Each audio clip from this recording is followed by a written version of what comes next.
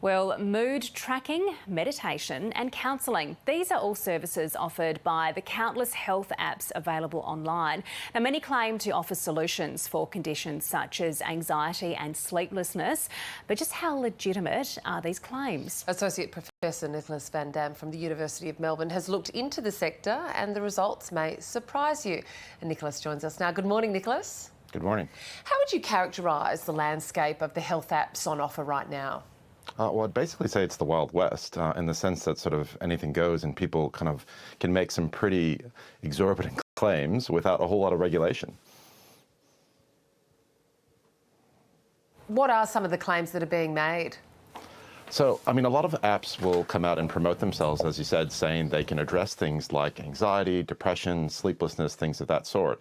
And the concern really is that many of these apps don't necessarily have the evidence to support what they're claiming that these apps can do. So they're saying these things can address these issues directly, but in reality, the evidence base on which they're often relying is not based on their particular product. It's often relying on face-to-face interventions.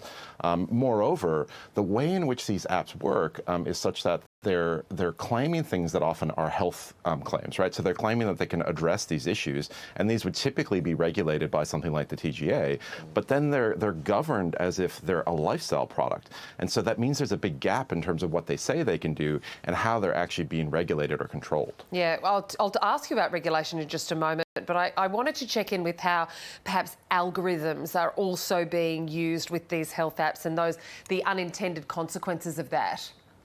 Yeah, so I mean, some of these apps are sort of designed to help and sort of with the idea of giving you personalized feedback, and so sometimes they claim, that there's sort of artificial intelligence or there's digital kind of algorithms in the background that can guide the way in which you interact or engage with the product. And really, the big sell here and the thing that gets people really excited is that it's personalized or it's individualized. But in reality, the algorithms are not quite as efficient or as good as they might suggest. And if you don't believe me, sort of, how good is Netflix at recommending something that you actually want to watch? And that should give you a sense of sort of where we're at, right? So the problem sort of is the algorithms aren't quite as sophisticated as you might want them to be. But also, if the content is not really good, then, which is part of the issue here, then what they're suggesting to you is not necessarily going to be matched up with your needs.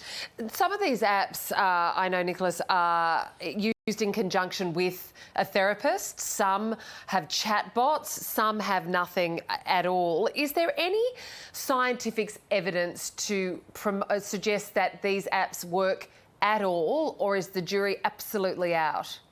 I mean, I think particularly when you involve an individual on the other side of things. So when you provide an app alongside a coach, or you provide an app alongside a therapist where we know somebody is actually looking at the data, things do look promising. And so oftentimes you'll hear people saying things like, well, it looks as if these kinds of apps work as well as kind of gold standard approaches. And that data actually is based on these kind of coaching-based models where you've got people that are trained looking over your responses and your data, and rather than an algorithm, those individuals are helping to decide what you get. Now, when it gets more automated, when there's not a person behind things, that's when we don't know as well how these things work, and that's where the evidence actually is quite shocking. It's just, there was a recent meta-analysis suggesting that, in fact, there's really no evidence at all to suggest that these things are working. And as I said, that's these automated versions of the products, not necessarily the ones with psychologists, coaches, or therapists working alongside them. Yeah, of course. We know that this is a lucrative industry. Is there, concerns around commercial interests working in the same space as perhaps vulnerable people who are looking for help? Yeah, I think that's a really big issue here because you've got a number of companies that are making hundreds of millions of dollars off of these products and, are getting contracts from large corporations, companies, governments.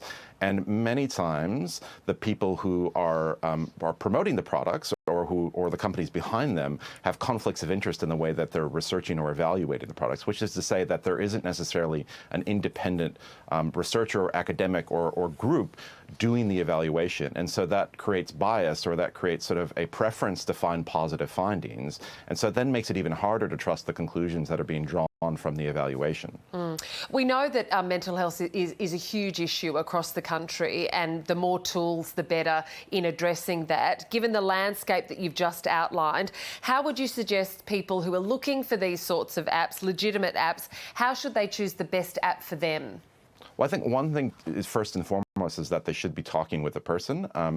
Don't take a problem that you might have and go straight to the App Store or search online for a solution, because the reality sort of is a clinician is going to be able to work with you and coach you as to what might help you the best. But look, when it does come to deciding on an app, and even if a clinician has recommended an app, the reality is the guidelines around apps, even for what's given to our clinicians, are not as rigorous as they need to be. So it then is sort of contingent, or it's reliant on the individual to do a bit of research and look into what do we know about the app. So in particular, think about, is there any scientific examination of that app? Is it clinically supported or recommended? What do we know in particular about the privacy policies of that app? So what does it do with your data? So these are all things to look for. And there are a number of organizations that provide these kind of functions that you can go online and you can find out, are these privacy policies in place? Is there evidence? Do clinicians recommend them? But I'd say always sort of use these in conjunction with best practice. So work with an individual clinician, and particularly if the app is not working, don't press on and don't keep using it. So that, there is no reason to think that just because the app isn't solving the problem for you, that you are doing things wrong. If it's not working for you, it probably means the app doesn't work, not you, right? So go to the clinician, go to a GP, go to a psychologist or whomever, and talk to them about the issue you're facing. Yeah, some great advice there. Read the fine print.